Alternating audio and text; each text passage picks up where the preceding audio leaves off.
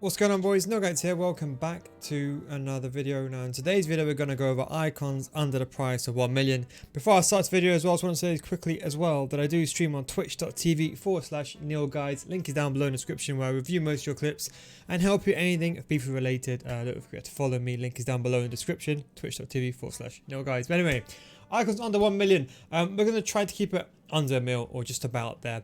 We're not going to go for Sabers and R9 because I know realistically not everyone's got the money for them. So let's get it started. Now the first card I want to go over is Eto. Now this is a card that I've used. I'll be honest, I want to be honest with some of these cards. Someone like Eto, I play him in cam, that's why his stats are very low. Some of these cards, although they're very high rated, 90 rated, they're top tier players and they've got amazing stats, they might not be the best for strikers. For example, I find Eto more to be like a cam or a winger, and I'd rather have someone like Neymar in striker over him because his weak foot is not that good. So those are just things that I just want to bear in mind. So the first card we're going to go over is Dalglish. Now Dalglish is obviously known to be one of the best strikers in the game. Generally speaking, because in every iteration of FIFA, he's a very agile player. You know, he's quick to move on the ball. He can move on his left foot, on his right foot. That's the most important thing. Around about this time of the game, you know, you're talking about, you know, team of the season. Realistically, you need to have cards that are actually available and viable, and I think for 1 million is a really good card. The main thing I really like about him is got a 5-star weak. Of course, the most important thing for finishing, if you want to improve your chance front of goal, definitely get his finishing up. 4-star skills, medium high, 5'8", got really good agility and balance, composure, pace and finishing, everything you'd want from a striker. He's also got really good passing, so you can play him in that cam role as well. But nonetheless, a top tier striker. I'd 100% recommend getting him for 1 million coins. Probably that would be on the top of my list. Of course, you can afford Prime Dalglish, but if you can't afford Prime Dalglish, you can of course go down. Another one I want to talk about is Ian Rush. Now Ian Rush, I think, doesn't get the credit he deserves because people don't know that his Prime card actually has a 5-star weak foot as well. Now he's a bit on the cheaper side, so if you can't afford someone like Dalglish, but let's say you don't use 4-star skill moves, if you don't use Lacoqueta, I don't really use skill moves, I think Ian Rush is a good idea. The only downside is he doesn't have the best of balance, but he's quite a tall player. You know, he's 5'11", and he's got the strength, stamina, aggression, and he's got the jumping and heading accuracy to be kind of almost a marksman striker that's more of someone that can hold the ball up as well. So if you're looking for that kind of player, someone with a 5-star weak foot, you can put an engine on him, and I think he does turn into a formidable card. So definitely a card I would recommend if you're looking for a target man, someone that's quite got a physical presence up front that can shoot on either foot. I think they're definitely a card that's very much worth getting as well. Another card I want to go over is Michael Owen. Now again, another card where I think people don't know, and I only found out after he actually got released that he actually has a 5-star weak foot. Now just to make this clear, the previous Owens, I suppose you can say the lower tier versions, they don't have a 5-star weak foot. You can see, for example, if you go to the 91, which is his prime card, and you can see he's got a 4-star weak foot. So it's only the prime card, the prime moment, should I say, that's got a 5-star weak foot. But again, for 700k, I think he's a top tier card. I mean, as long as you don't use the skill moves, that's the main thing here. But you know, if you put, you know, a Hulk on him, now the benefit is that because he's got the 99 finishing anyway, you can argue you can put an engine on him and slap him on the wing.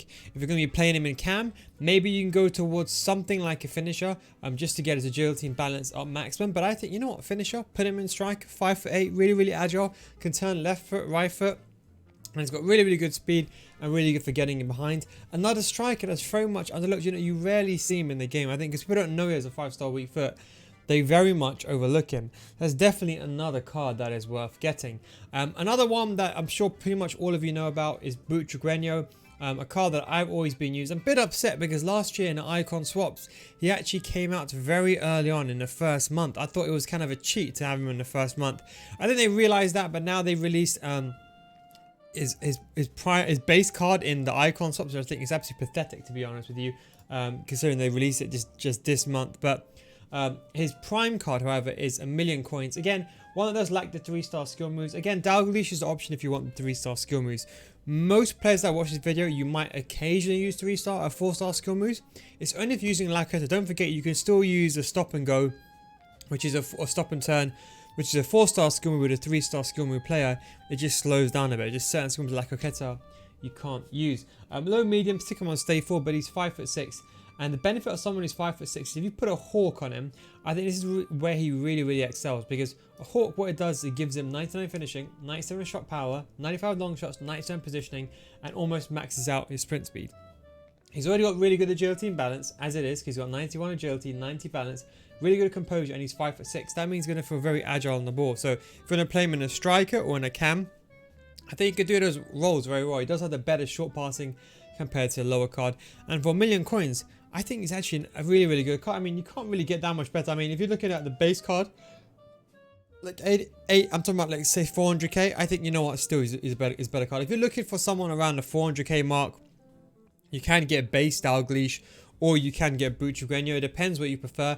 I kind of prefer, I suppose, again, Dalglish, just because of the 4-star skill moves. But if you're looking at the agility and balance and the height of the play, because don't forget, height and agility balance go hand in hand, Bucci is definitely up there. So that's another card that I would definitely recommend as well. Another top tier card. Another card I want to go over is Mark Overmars. Now, of course, he is the left mid. But he has the prime moments. Again, another card that is very much underrated. I think a lot of people forget about Overmars. I think because obviously Nedved, don't forget Nedved is there. Why is it not working out? Nedved is obviously in the pitch, so everyone thinks, oh yeah, let me get Nedved. But everyone overlooks Overmars. And the reason why I think they overlook him is they think, oh, he's not that good. You know, he's got a 5-star weak foot, but that is about it.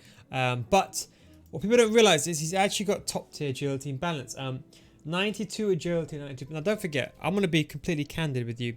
If you want to play in bad gameplay, you need agility and balance. If you maybe going for like gold 2, gold 3 and you don't mind, and you know you're a decent player, that's fine. But if you want to reach the high ranks, agility and balance is so important, especially in bad gameplay. When you're getting pressed, the ability to maneuver with the ball, the ability to dribble, to get into spaces is honestly the most important thing. But a very good winger. I'll probably go towards the territory of putting a finisher on him, just simply because you want to get that agility and balance maximized, in my opinion, and you want to get that shot power and that finishing up. I see him more as a winger. You know, he's got top tier sprint speed, agility and balance, and shooting. He's got really good composure as well, so you can actually play in the striker role as well. Again, has 3-star skill moves. 5'8", left footed, but of course 5-star weak foot. He's got really good stamina. So that is one reason why he could be useful. I know he was in icon swaps, but another reason why he could be useful because of that. Really good crossing if you do like to use the driven crosses, and good short passing. You can also play him in a cam, but again, another very much underrated card. Just if you're looking for like someone under 100k, I'll be honest, his base card is actually an absolute steal.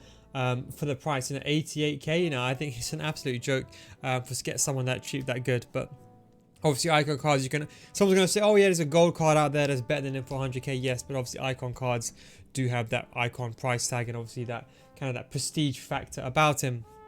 We're going to go for another card here, and one that I suppose you can say competes with Overmars that I always put ahead of everyone else, and I'm pretty sure you know who that is. That is Nedved. His prime moments SBC was out not too long ago. Thank God I didn't do him, because I'll be honest, his price has dropped significantly towards the team of the season period. You're talking about 5.6 million, but he's got a 5-star and a 4-star weak foot. That's the benefit.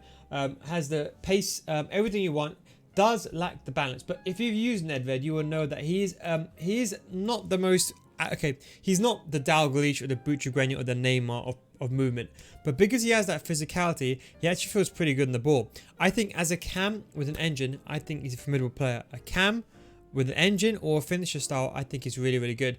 If you're going to be playing him on the wing, I'd recommend a hunter, or if you're going to play him a striker or a second striker. The balance does let him down a little bit, I won't lie, but for those that use Nedved, you guys know he's cracked. Top tier passing, top tier agility and balance. I've actually even played him as a left wing back and a right wing back and left mid, right mid in a 5-3-2, 5-2-1-2 for the last 3 years. And I used him last year as well. Top tier card. You know, the most important thing again is a 5-star weak foot, and he's got the perfect work rates for a cam. I'll definitely recommend him if he is in your budget range again. Gone down a lot to 596, actually quite affordable cards. One of the last couple of cards we're going to go through is we have Patrick Kluivert. Now Kluivert, I'll be honest, I was quite surprised again, because another card where I was like, hang on, he's got a 5-star weak foot. I wish EA did more of this to some of these players, because I think I think there's certain players that don't deserve a 5-star weak foot and some that do. But I think he's not the most agile of players, don't get me wrong. But if you're looking for another target man, an Ian Rush type-esque player, I think at someone that's taller, at 6'2", low high work rates, I think he's a really, really good card. As I mentioned, you got to slap a Hunter on him just to get that sprint speed and finishing and shot power up. Again, he's got the physical presence, so you can play that cam role or that striker role if you do like a target man, like a Giroud S-type player. Because a lot of players like getting the ball, a lot of players like getting the ball to their feet. And of course, the high-low work rates, I think he is a top tier card. And now we go to the final card. We're going to go with Mr. Alessandrini. Now, Alessandrini has multiple cards. You can actually move him to a striker position. You do have the base Alessandrini. Del Piero. I don't know why I said Alessandrini, but Del Piero looks like I went to the right hand side. I must have assumed. Del Piero has loads of cards. Now, which one is better? It kind of depends. Personally speaking, when it comes to me, I prefer to use the base card. The prime card looks like the way to go because you can argue sometimes you can argue the cheapest in some ways.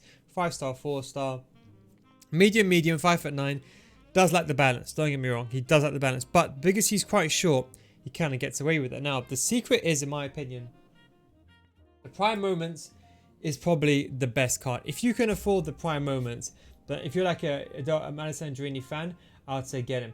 The only issue is that his base card actually has the best balance out of them all and the best pace. So the argument is that the base, I used to use this guy on FIFA 18. It was actually a top tier card. So you can argue the base Del Piero, way to go. 400k, I think is an absolute steal. As a cam or straight shot, if I'm going to play him in a striker, I put a Hunter on him. But if I was going to play him as a cam, I'll say definitely put an engine on him. But we're not going to go through the likes of Cruyff, Ronaldo, Eusebio, Pele. I'm pretty sure you know who all these guys are, but obviously they're not under the price of 1 million. So I thought, what's the point of going over this? I'm pretty sure you know they're very expensive, but realistically, who's got 5 million apart from that guy who's watching the video? That's of course a trader. But that is the best player cards you can get under 1 million coins that are icon level. Yes, there are some gold cards that are better, but generally speaking, I would say try to lean towards some of these icons if you are looking for an icon player that can link your entire team together. Thanks for watching, boys. Take it easy, and I'll catch you next time. Peace out.